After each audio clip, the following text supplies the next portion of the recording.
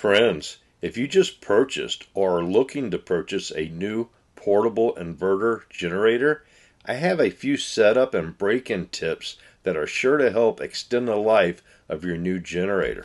And this will include prepping your new generator, adding a couple of important upgrades, and then performing the initial startup and break-in procedure to make sure your new generator lasts you a long time. Now, the brand I chose to purchase was the Predator generator from Harbor Freight, but these procedures and these upgrades should pertain to most brands of inverter generators on the market today. Now, before we start prepping this generator, let's take a quick look at the control panel. These lights here, well, they're your low oil, overload, and output lights. This is your AC circuit breaker. Here is the economy switch right there.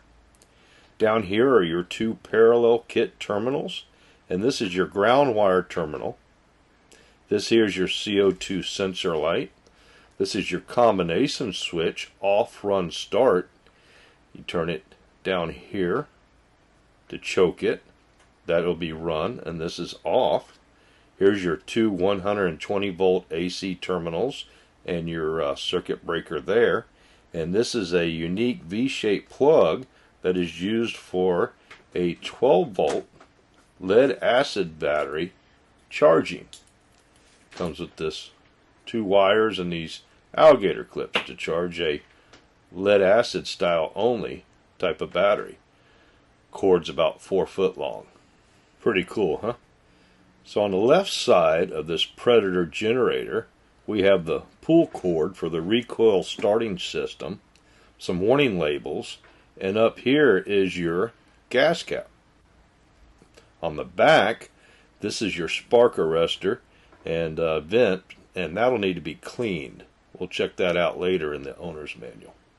And this Predator, well, it comes with a bag of tools to help you set up and maintain your generator. Included are the 12 volt DC charging cables I showed you earlier. And here is that unique V-shaped plug. Kind of different, huh? I guess they didn't want anybody plugging a regular plug in there. Also, they give you a combination wrench and a Phillips screwdriver. You'll need that to pull the side cover off right here. That'll give you access to your oil. And this here, well, this is your spark plug wrench. You stick that bar in there and that gives you some leverage to get your spark plug in and out. So we're going to pull this cover off here and start prepping this generator. Here's the screws that I took out, and now I'm going to pull on this cover and snap it off the side. We'll set that aside for now because we got quite a few things we're going to be doing in here. Now inside the generator, here is your oil fill dipstick, and as you can see, there is a little bit of oil on there. I'm surprised. Alright, there's your air filter right there. This is your engine and generator part. There's your fuel lines, and your carburetor system sits over here. Your spark plug access hole is right here. And even though it doesn't come with a screwdriver, you can use a quarter in the slot because it only takes a quarter turn. There is a little slotted lever right there, and as it's marked to turn it open, and you can just stick a quarter in there and turn it 1/4 of a turn, and that locks it in or unlocks it. So that makes it pretty easy. We'll set that aside for now. We'll go ahead and take the spark plug out, and this is going to be one of our first upgrades we're going to do to this little Predator generator. Is we're going to get rid of this Chinese spark plug and replace it with a NGK spark plug. This is going to be a lot better product, more premium plug, and should last us a lot longer. Chinese plugs are notorious for failing, so that NGK is going to last a lot longer. Now see this little rubber boot? that little rubber boot, we want to make sure we get it back on the spark plug when it goes in there, because that's going to be part of our sound dampening. That little rubber boot helps isolate some of the noise coming off that cylinder head. So once we get that spark plug in, we can put that cover back on and use our quarter to lock that panel back in place. Alright, but we're not quite done with that spark plug, because we're going to go ahead and add an hour meter. Now, this hour meter is going to allow us to know how much time the generator has run, because there's no mileage on here. We got to clock it by hours. Here's the actual hour meter, and there's where the wire goes in the back of the hour meter right there. I got this for about $7 off of Amazon. Comes with this wire right here. Now this wire, what we have to do is we have to get 5 wraps around the spark plug wire and hold it in place with a zip tie. Now it's very hard to get to, so I improvised and I put 5 wraps around my spark plug wrench, and then I'm going to take the boot of the spark plug wire and just push them all onto there. That way I'm not trying to wrap all the wires up inside there. Here is how it looked once completed. That trick really helped keep the wire nice and neat and a professional installation. Up here is where I mounted the hour meter right there. Really the only location I found that I had good access to run the wire. I had to drill a small hole and run the wire through the case, and that area right there was the best place to install it. Alright, so let's go ahead and get some oil in here. So I am going to go ahead and use Mobil 1. I highly recommend this. Mobil 1 is the leading synthetic motor oil, regardless of what anybody tells you. And I'm also going to install a magnetic oil dipstick. Got this off of Amazon for less than $10. Now this dipstick right here is going to replace the cheap plastic one that comes with the generator. Most of these generators use the same thread, so this will work on multiple brands of generators. But this one here, well, it has a magnet at the tip of that dipstick right there. Right there, see it? And that is going to attract all the metal that's inside the oil, because this machine does not have an oil filter. That oil just sits in the crankcase and splashes around. And here's your original plastic one. See the difference? Same thread, same length. One just has a magnet and made out of aluminum, and the other one is just plastic. Alright? But since it has no oil filter, that magnet's going to help clean that oil for us. Also, talking about cleaning, I like to take a Phillips screwdriver and a rag inside my funnel and make sure all the dirt and grime is out of that funnel, because what's the point of buying high-dollar oil if you run it through a dirty funnel, right? So the oil level as we fill this is basically just to the top of the threads. There really is no need to have a dipstick there. And if it wasn't for the magnet on the aluminum dipstick, I wouldn't have bothered replacing it. That plastic one would have just done fine. But like I said, there is no oil filter or oil pump, so that magnet is going to help us keep this oil nice and clean, especially through the break-in period. It'll also tell us if there's anything going on with that engine. If we see a lot of metal, we know something's coming apart. Alright, so I think I got it full here. Let's take a look. See here on the threads, when that oil reaches the top of the threads, that is your full oil mark right there. And now that we're full, we can go ahead and install our new oil dipstick. And it has that large O-ring on there, so the last few turns, well, they're a little stiff. But we're going to get it in there nice and tight, and we want to make sure that we leave no spilled oil inside the case here. That way everything stays nice and clean and efficient. And we actually have, because it only takes 14 ounces, we still have enough to fill it again out of this same quart once we finish our break-in period and do our first oil change.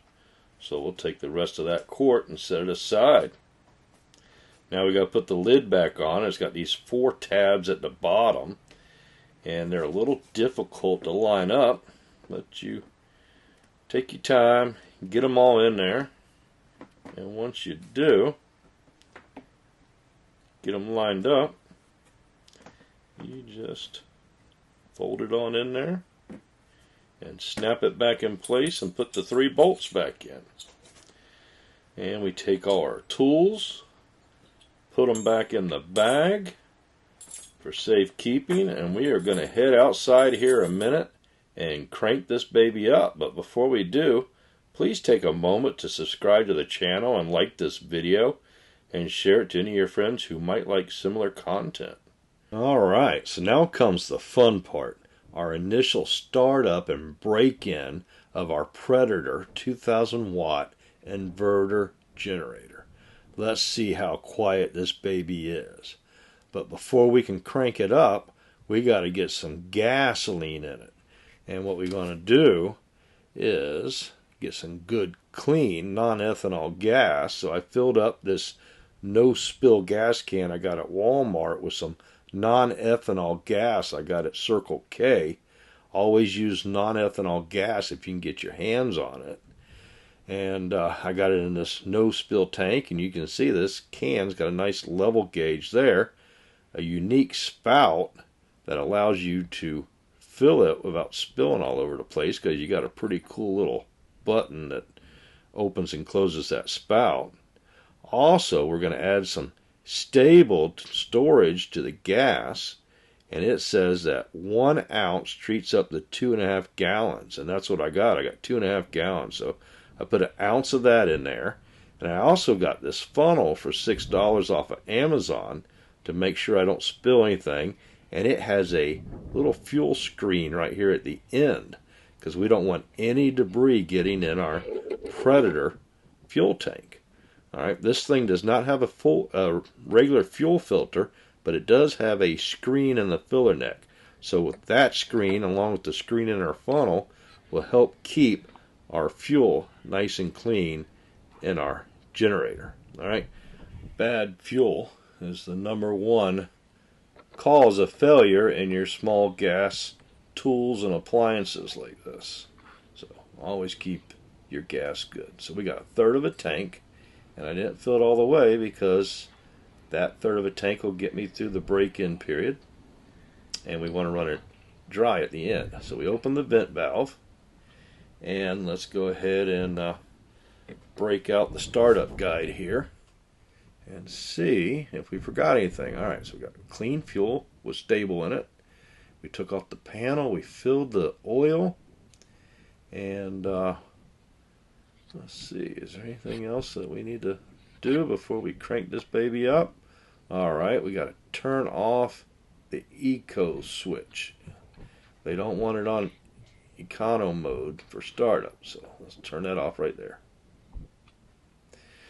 Alright, what else? Okay, so the combination switch needs to be rotated all the way to the right to the start position. So let's rotate that around.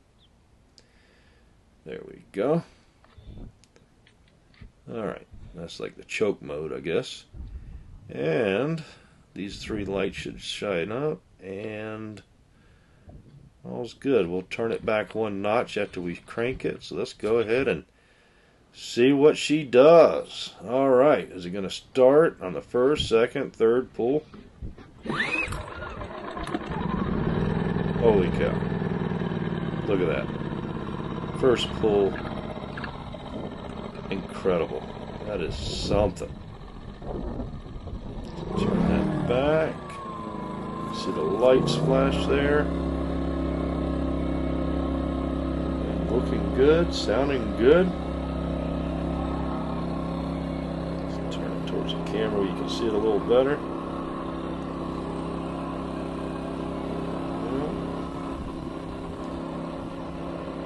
Man, this thing is quiet. Smooth, no vibration at all.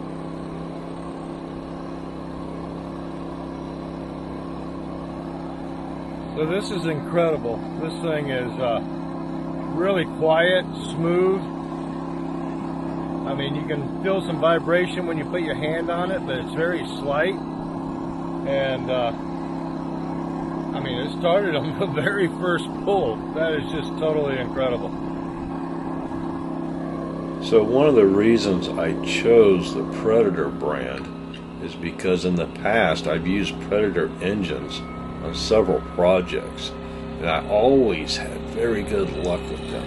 I feel they are equally on par with Hondas. Here's my hour meter. We don't have any hours clocked on that yet. We'll check back later and make sure it's working. The exhaust, it's not too strong. I don't smell anything burning. I thought I would smell some burn off, but I don't. Here's what it sounds like, 20, 25 feet away. Alright, that is still full run. That is not the econo mode. An idea what it sounds like. Now, I got this battery here that I had to use during the hurricane because I didn't have a generator. So let's go ahead and hook that up and get it charging while we're doing our break-in period. Now this break-in period, according to the manual, it says the break-in period will last about 30 hours of use. Do not exceed 75% of the generator's running wattage during this period. Change the engine oil after this period. Alright, so we're going to do it a little bit different. We're going to go ahead and let it run. I'm going to switch this back to econo mode, and we're going to let this thing run for a little bit here, about, 30 minutes or so, and then we're going to put a moderate load on there. I'm going to grab my leaf blower, and we're going to put a little moderate load on it, and we're going to moderate that. So here's the leaf blower. I think it is, about 12, 13 amps. Okay, variable speed, so that's a great tool for this size generator to put a moderate load on it. And our hour meter is showing 3/10 of an hour. That means our hour meter is working. Cool beans. So let's go ahead and fire up this blower and put a moderate load on here.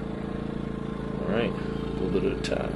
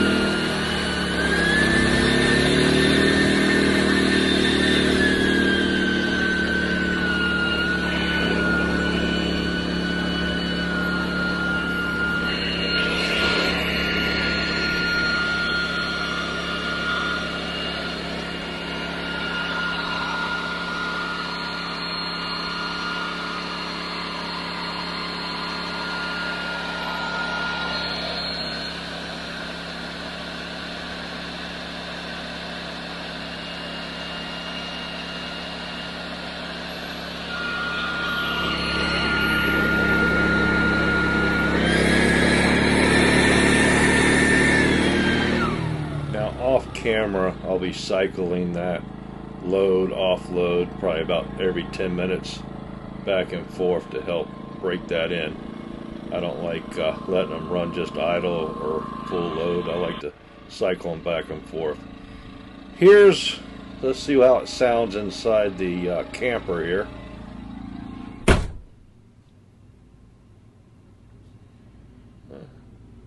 Barely hear it, huh? Can't really hear it over the rooftop AC.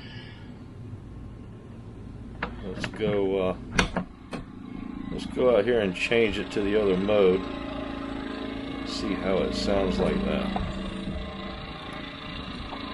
Hang with me here. Let's flick it on over. Let's see how that sounds.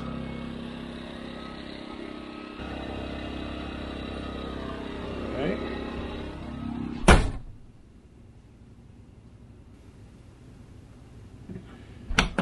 So that's pretty impressive, wouldn't you? Not gonna lose any sleep over that little generator at all. Alright, so say, why did I get a 2,000 watt generator? It's not going to run my AC. Well, no, it's not. But it will run everything else. 4. Okay, I want to get an hour on this today. But this little generator will run everything else. And if I want to run my AC, I can just buy another one of these and run them parallel, and it'll run my rooftop AC as well. But this is nice and light. It's only 47 pounds. It's going to be easy to store. It runs 12 hours on a 1 gallon of gas, so that's going to work out good. It's going to run my refrigerator, my TV, my microwave. It's going to run me some fans if I lose power in a hurricane. You know, I went for a week without power this time from Hurricane Milton. And while it's running here, let me just give you a close-up for those that like to read the decals and stuff. And this is the 2024 model. Got this here October 2024, so it's a late 2024. And I had to wait a minute. I really like my hour meter. And I really like this generator. Totally impressed. What do you think? Put in the comments. You like this Predator? Super quiet 2,000 watt inverter generator? I do. And that's why I wanted to really take my time and do a good job setting it up, because I want this thing to last a long time. Alright, so one more thing I forgot to show you, and you're going to need, is you got to convert it over to whatever your power supply is. Alright, so I got 50 amp service, so I need to go from my 110 plug to my 50 amp, and I bought this adapter. I think it was about 15 bucks on Amazon, and what a great quality looking plug that is. That'll be handy. Alright, so I got another 4/10 of an hour to go. I'll keep moderating this back and forth load and no load with the leaf blower here.